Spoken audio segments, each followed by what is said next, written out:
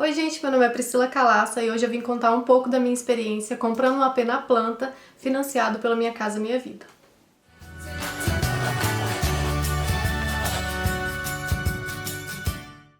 Meu AP ainda não foi entregue, então eu vou contar a minha experiência até aqui.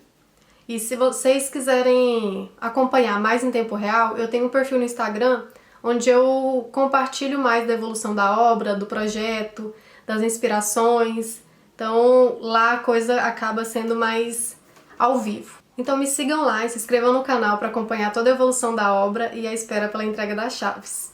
Só para contextualizar um pouco vocês sobre a minha história, eu comprei uma casa na planta no final de 2016 e era para ela ter sido entregue em 2018. Ela nunca foi entregue. Então eu caí num certo golpe, de certa forma, e eu fiz o meu distrato no final de 2019. Até agora, setembro de 2020, eu não recebi nenhum centavo do meu dinheiro de volta. Então já vamos começar pela primeira dica. Pesquise muito sobre a construtora. Muito, muito, muito, muito, muito. Eu aprendi com o meu erro, com a minha experiência desastrosa, e dessa vez eu pesquisei muito, muito, muito, muito, muito. Então, tipo, antes de fechar negócio ou de me decidir por algo, eu joguei o nome da construtora no Google, eu pesquisei, stalkeei todos os compradores de outros empreendimentos. Procurei no Reclame Aqui, procurei tudo quanto é coisa, para saber se as obras eram entregues em dias, se eles cumpriam com o que eles prometiam. Então, pesquise muito sobre a construtora. Eu vou organizar em tópicos para que a gente siga uma lógica aqui para a gente entender bem quais são as etapas da compra do AP. Eu vou ler aqui na colinha porque eu não lembro todos de cor. Então, número 1, escolher o empreendimento. Número 2, encontrar um corretor. Essas duas podem ser trocadas, porque às vezes você pode encontrar o corretor antes, depois eu vou explicar melhor. A terceira, escolher a unidade. A quarta, enviar a proposta para a construtora. Quinto, análise de crédito com o banco. Sexto, assinatura do contrato com a construtora. Eu tô fazendo com o dedo aqui, mas nem sei mais que número que tá. Sétimo, entrevista com a Caixa, ou com o banco, né? No caso, eu tô falando a Caixa porque foi a minha experiência. Oitavo, a assinatura do contrato com a Caixa. Nono, registro no cartório. E 10º, juros de obra, taxa de evolução de obra. Então vamos falar agora sobre cada um. Eu vou precisar colar de vez em quando aqui, porque é muita coisa. A primeira coisa é escolher o empreendimento. E para isso, a primeira coisa que você tem que saber definir é quanto você pode pagar. Então, para isso, a Caixa, por exemplo, tem um simulador no site deles que ajuda você a entender o que você pode pagar. Lá você coloca todos os seus dados, coloca a sua renda, a renda de pessoas que talvez o seu companheiro ou companheira, para você saber quanto que você precisa dar de entrada, quanto que ficam as parcelas. Lá eles mostram tudo. Isso o corretor também pode te ajudar, porque tem alguns macetes lá, algumas coisas que você coloca que interferem muito no valor da entrada, no valor da parcela. Então ele pode te orientar nisso. Eu simulei 1 milhão de vezes. Meu CPF já deve estar rodado lá na Caixa, ó, muito, muito, muito. Porque eu queria entender os valores de apartamentos. Então, sei lá, se eu vi um apartamento de tal valor, eu ia lá, colocava todos os dados, via como que ficava a situação. Via outro imóvel, colocava lá o valor, via como que ficava a situação. Então, com isso, eu fui entendendo quanto que eu poderia pagar, qual que era o meu orçamento para o apartamento. Se vocês quiserem um vídeo específico sobre isso da simulação, vocês podem falar aqui nos comentários, que eu já tenho experiência de tanto usar. Mas assim, não sou expert no assunto, mas eu posso ajudar. Então, se quiserem, comente aqui embaixo. Mas assim, basicamente, a parcela do financiamento não pode comprometer mais de 30% da sua renda. O banco geralmente financia até 80% do imóvel. Então fica 20% de entrada. Só que, aliás, tem até bancos que dizem financiar até 90% do financiamento. Mas esse eu nunca vi, eu só ouvi falar. Então, assim, pode ser que tenha, depende da renda, não sei exatamente. Mas tem bancos que também tem essa opção. Mas no geral, o que eles dizem é até 80% de financiamento. No meu caso, o banco liberou 70%, então eu fiquei com 30% de entrada. Então, pensem isso, o corretor me avisou antes que provavelmente eles liberariam só 70%, então talvez seja algum entendimento geral. Então, depois de definido o seu orçamento, aí você vai literalmente procurar o empreendimento. Quais são as formas, né, de fazer isso? Eu usei a internet, mas você também pode, por exemplo, encontrar um stand de vendas, ir numa imobiliária. O melhor que eu penso ser é a internet, porque você tem um mundo, né? Então eu usei o Zap Imóveis, Viva Real, OLX, deixa eu ver qual mais. Era isso. E eu jogava no Google lá, tipo apartamento, colocava às vezes o bairro que eu queria, ou apartamento e o valor, apartamento Goiânia, ia procurando. E aí tem vários sites de imóveis que te ajudam com isso. E também, depois que você começa a pesquisar isso, os algoritmos todos entendem que você quer comprar um imóvel, então começa a brotar de anúncio de corretor para vocês. Que inclusive foi o que aconteceu comigo. Já eu conto para vocês. No processo de compra, uma questão muito importante é avaliar as condições de pagamento. Aqui em Goiânia tem construtora que eles chegam a parcelar em 100 vezes a entrada. Só que tudo isso com reajustes, né? A minha foi parcelada em 20 vezes até a entrega do imóvel, que é na planta, mais 60 vezes depois da entrega. Então assim, eu vou ficar velha pagando essa entrada. Sim, vou. E para fazer esse parcelamento eu precisei apresentar 2 fiadores. Aliás, obrigada família, amo vocês. Vou pagar direitinho, amém. E esse parcelamento foi o que me possibilitou fazer a compra do meu apartamento, porque como eu falei pra vocês lá atrás, todo o dinheiro que eu tinha eu investi na outra casa, né? Eu não tinha um dinheiro pra entrada, porque eu tava contando em receber o dinheiro que eu já tinha pago na outra casa. Sobre essa etapa de escolha do AP, se vocês quiserem eu posso fazer também um vídeo mais detalhado, porque são várias questões. Então, se quiserem outro vídeo mais focado nisso, vocês comentem aí embaixo. Então, sobre o corretor, ele pode te ajudar ou pode te atrapalhar. No final de 2019, eu entrei em contato com uma corretora, tava de olho em um apartamento que tinha as condições ótimas, até melhores do que o que eu comprei. E já tinha visitado o apartamento, tinha curtido tudo. E eu expliquei pra ela que eu precisava declarar uma renda informal. E ela me orientou e tudo, e aí a gente enviou e o banco não aprovou. Já eu explico pra vocês como funciona a análise de crédito. E aí, em dezembro, acho que isso da corretora foi em novembro, foi alguns meses antes. Em dezembro de 2019 eu recebi uma ligação. Ah, que não sei o que, você deixou seu contato num anúncio em 2018. Você ainda tem interesse em comprar um imóvel? Falei tipo... Falei pra ele toda a situação que tinha acontecido, né, que eu tinha tentado comprovar a renda informal, que não tinha dado certo. Ele me explicou como que tinha que ser, como tinha que ser feito da maneira certa, me enviou os empreendimentos que ele tinha. Ele me orientou que eu precisava fazer uma declaração de imposto de renda, que eu precisava movimentar a minha conta. Eu tinha uma mania de receber o dinheiro e eu já ia e pagava a conta. E para esse tipo de coisa, para comprovar movimentação, você precisa que o dinheiro entre na conta. Então, todo o dinheiro que você receber, deposita na sua conta. E aí, eu curti um apartamento que ele me ofereceu. Fui conhecer o apartamento, era no 20º andar. Eu queria muito andar alto. Entrei, amei. E aí, tipo, já mandei seguir com o processo, já queria o apartamento e tudo. Só que no meio da negociação, a construtora decidiu que ia aumentar 16 mil no valor do imóvel. E tipo, eu já tava no meu limitinho, então 16 mil não dava pra enfiar ali na conta. Então pulei fora. E aí, nesse dia, eu não tava nem conseguindo dormir, de tão chateada que eu tava. Tava lá sofrendo de madrugada, ansiosa, com insônia. E aí, os algoritmos, né, que sabiam que eu queria comprar um imóvel, me mostraram um apartamento. Bendito Google, né? Inclusive, esse imóvel era um que a outra corretora também já tinha me oferecido, mas que eu não tinha tido interesse porque ele não tinha varanda. Só que na foto mostrava uma janelona, assim, eu me apaixonei pela janelona. Era o meu. E aí, eu quase mandei a mensagem pro corretor de madrugada. No outro dia, tipo, no início do dia eu já mandei a mensagem pra ele, já falei que eu queria, já perguntei os valores, as tabelas e tudo. Na hora eu fiquei assim, tipo, vendo estrelinhas, porque pra mim era um sinal de Deus. Porque eu tava tipo, ai, velho, deu tudo errado, e aí, tipo, esse é o meu, é o meu. E no fim foi o meu, né?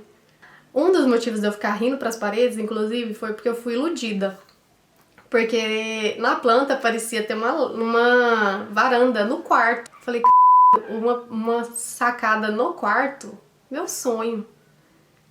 Então, não tinha sacada no quarto. Era só uma laje técnica, inclusive nem vou ter acesso a ela. No máximo eu vou conseguir colocar umas plantinhas. Mas me conquistou.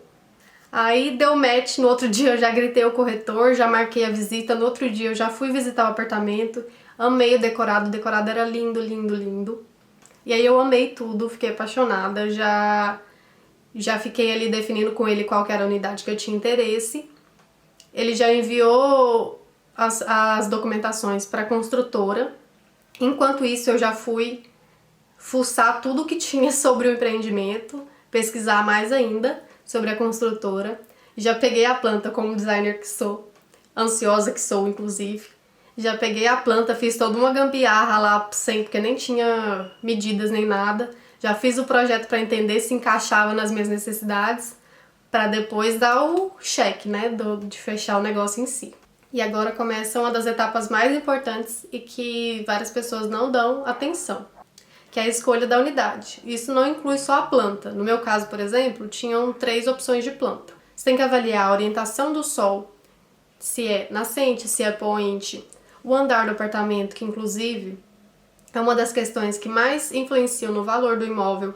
Quanto mais alto, mais caro. Geralmente imóveis com o sol nascente também são mais caros. E aí você precisa avaliar se você quer ter uma vista, se você prefere economizar e escolher apartamentos mais baixos, ou até, sei lá, você tem medo de altura.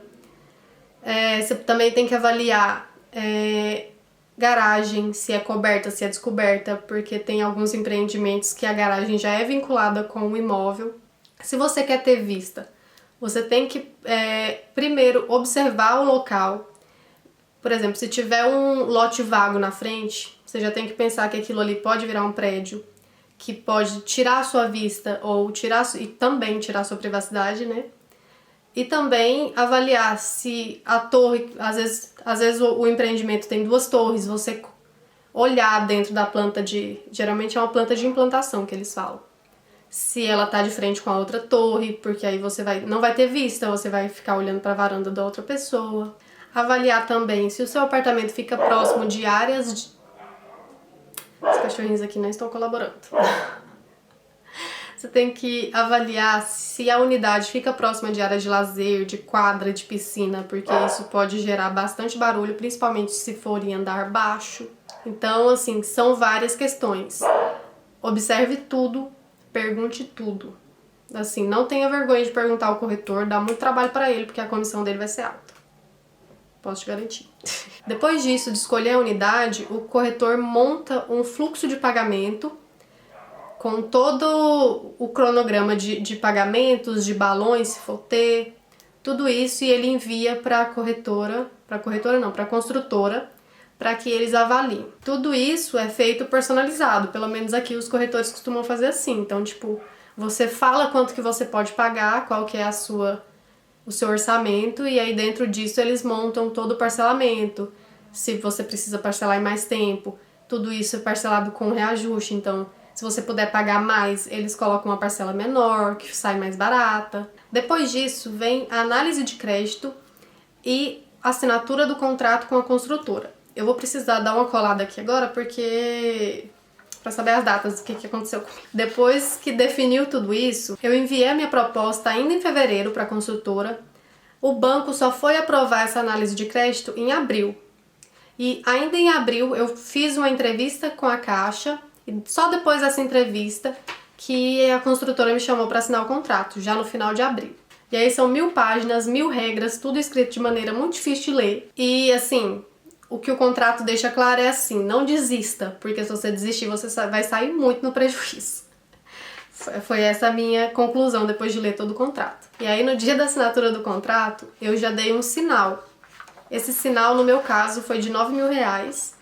E assim, quanto maior puder ser esse valor à vista que você dá, que já vai ser abatido na entrada, melhor, porque a parte da entrada que vai ser parcelada, ela vai sofrer um reajuste mensal de acordo com o INCC, que é o Índice Nacional de Construção Civil. Quanto mais você puder dar, melhor, que menos juros incidem, né? Sobre a análise de crédito, na análise de crédito eles vão avaliar toda a sua questão, todas as documentações que você enviar, todas as rendas que você enviar, e vão avaliar também se o seu nome está limpo. Se você tiver um companheiro, união estável ou for casado, eles vão avaliar toda essa questão também. Tipo, não adianta você ter o seu nome limpo e a outra pessoa ter o nome sujo. Quando você vai comprovar uma renda que é CLT, geralmente eles pedem contra-cheque, carteira de trabalho. Agora, já se for uma renda informal, você precisa fazer uma declaração de imposto de renda, você precisa apresentar a movimentação bancária, até pagamento de conta, pagamento de fatura de cartão de crédito te ajuda a comprovar a sua renda.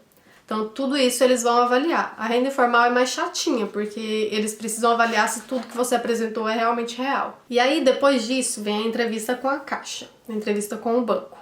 Não sei se nos outros bancos também é dessa forma. Mas aí, a minha entrevista foi no início de março. E eu fui toda iludida, porque eu tinha assistido vários vídeos aqui no YouTube que as pessoas iam para essa entrevista e já voltavam com o contrato assinado.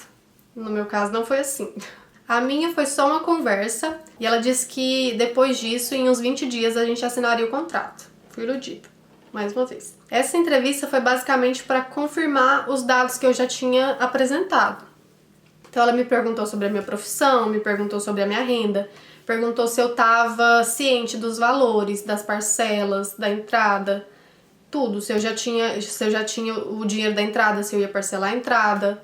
Foi basicamente para entender se eu estava a par da situação. E aí eles também perguntam estado civil. No meu caso, eu falei que eu namorava. Ela já perguntou se ele não iria morar comigo, se ele não queria comprar junto, já para poder enfiar a renda dele ali, porque se a gente morasse junto e eu estivesse colocando só na minha renda, seria errado. Então, na entrevista, eles já podem te pegar numa situação dessa. Ela também me perguntou se a minha intenção era morar. Porque, assim, por exemplo, se você for fazer um financiamento pelo Minha Casa Minha Vida e você falar que você tá comprando para investir, para alugar, aí você já cai, porque o programa tem uma função social, que é de moradia. Então, no Minha Casa Minha Vida, se você responder isso errado, você já se lascou. Nesse processo da entrevista, eles também já te perguntam se você vai utilizar o FGTS. E aí, em algumas situações, você já assina uma autorização de saque lá no momento. O meu, para colaborar com a enrolação, no meio da pandemia me fazer ficar indo e voltando, eles me colocaram para ir em outro dia lá só para assinar essa autorização. Então, basicamente, essa entrevista é para saber se você está ciente de toda a situação, para saber se você está sendo honesto com as informações que você apresentou e também para te enfiar alguns itens de fidelização. Fidelização, o que? Eles te botam para fazer um cartão de crédito, uma conta corrente, portabilidade de salário e também para pagar um seguro residencial. Tudo isso eles te oferecem. Então, depois disso, na teoria, vem a assinatura com o banco, a tão esperada assinatura com o banco. Comigo não foi bem assim. Não foi logo, foi bem demorado, bem demorado. Quando a gente estava na semana que era prevista para assinatura do contrato, que era ainda em maio, a gerente me falou que eles iam pausar o meu processo e que retomariam apenas em julho. Eu fiquei muito feliz, né? Vocês imaginam. Sem explicação nenhuma. Eu perguntei para ela se era por conta da pandemia, ela disse que não era, que era problema interno. Então, em julho, eu precisei enviar toda a minha documentação de novo. Lembrando que se nesse meio tempo eu fosse demitida, no caso no meio da pandemia, né? Se eu fosse demitida, se eu sujasse o meu nome, tudo isso já ia cortar o meu contrato, eu já ia me lascar. Em julho que a gente foi retomar todo esse processo. Eu fui realmente assinar o meu contrato no início de agosto. Então aí, se a gente for pensar, da visita no decorado, que foi em fevereiro de 2020, até agosto foram 6 meses só desse processo para assinar o contrato. Isso sem contar que eu fui chamada para assinar o contrato com a Caixa e na hora que eu estava sentada assinando o contrato, a construtora ligou avisando que eu tinha que assinar um documento, uma confissão de dívida, que era referente à parcela da entrada. E que eu tinha que arrumar 2 fiadores, sendo que o meu combinado inicial com a construtora era de apenas um fiador. Isso, nesse dia, eu passei o dia inteirinho chorando, eu fiquei seca de tanto chorar. Porque pra mim acabou, já tinha dado tudo errado, eu não tinha coragem de pedir ninguém pra ser meu fiador. Então, eu já tinha um fiador, que era uma pessoa que era ok, que era minha mãe. Agora, eu não tinha coragem de pedir pra outra pessoa. Não é uma coisa que você chegue, tipo, você não quer, assim, ser minha fiadora, não. Mas aí, graças a Deus, a minha tia se ofereceu e salvou minha vida. Obrigada, tia. No dia da assinatura do contrato, eu precisei pagar 2 taxas. Uma de R$13, que foi tipo uma taxa de assinatura de contrato, e outra de R$900, que era referente a um seguro residencial. Esse seguro residencial, ele não é obrigatório, mas é obrigatório. Porque se você não aceitar ele lá na hora, eles simplesmente não fazem o seu contrato e é isso. Ele é uma venda casada. Venda casada é ilegal. Então, assim, na hora, aceite, pague, porque senão vão cortar o seu contrato. Mas depois você pode pedir o cancelamento e solicitar o reembolso. Eu já solicitei o meu reembolso. Só espere que tudo esteja certo, que o seu contrato já esteja registrado, para depois fazer esse cancelamento, porque senão pode ser que eles acabem te prejudicando em algum momento. E esse valor de R$900 desse seguro, ele foi pago à vista. Então, assim, geralmente eles pedem que você já leve esse dinheiro. Mas no meu caso, eu falei com a gerente, perguntei se eu poderia deixar o dinheiro na conta, pra não ficar andando com dinheiro e tudo, e ela disse que poderia ficar na conta, e aí ela debitou lá, direto da minha conta corrente. Depois do contrato assinado, você vai precisar ir fazer o registro do imóvel no cartório. O valor depende da região. Aqui em Goiânia, é 2% do valor do imóvel. Então aí pesquise sobre a região, a sua cidade, o seu estado, como que funciona. Eu não sei bem todos os detalhes, porque no meu caso, esses custos de cartório foram cobertos pela construtora e, inclusive, isso é um ponto muito importante a se avaliar, porque tem muitas construtoras que oferecem, então negocie isso no início do seu processo, porque é um dinheiro, assim, é um dinheirinho, viu? Não é pouco, não. E lembrando também que a Caixa liberou para que esse valor, nos contratos do Minha Casa Minha Vida, não sei se nos outros, eu sei que no do Minha Casa Minha Vida, você pode embutir esse valor no financiamento. Vai ficar mais caro? Vai, porque vai correr juros, mas vai ficar diluído em 360 meses, né? Então aí, dependendo, se você não tiver esse dinheiro à vista, compensa. E agora, fim. Foram felizes para sempre. Não. Calma que não se iluda, não acabou aqui. Quando você compra um AP na planta, tem 2 formas, assim, 2 formas que eu conheço, né? Não sei se existem outras. Então, uma delas, você assina o contrato só quando o apartamento vai ser entregue. E a outra, você assina logo que você compra o apartamento, que você fecha com a construtora. O meu foi esse. Eles chamam de crédito associativo. Nesse caso, a Caixa ou o banco financia a obra para a construtora. Então, eles se responsabilizam, se caso a construtora quebrar, se acontecer alguma coisa, a Caixa tem que pegar a obra e finalizar. Então, isso é uma segurança a mais, que você tem a garantia de que qualquer coisa que acontecer, o imóvel vai ser entregue. Nesse caso, as 360 parcelas começam depois que o apartamento foi entregue. Antes disso, você precisa pagar uma taxa de juros de obra, ou taxa de evolução de obra, tem alguns nomes que as pessoas falam. Então é basicamente um juro que você paga por esse valor que o banco está emprestando para a construtora. Se você pesquisar na internet, vai falar que esse valor chega a 60%, 70% da parcela do financiamento. Assim, o máximo, né? Mas é meio que mentira, porque o meu já começou em mais de 70% do valor da parcela final do financiamento. Isso, assim, o meu já tá bem adiantado, ele já tá com mais de 80% de evolução.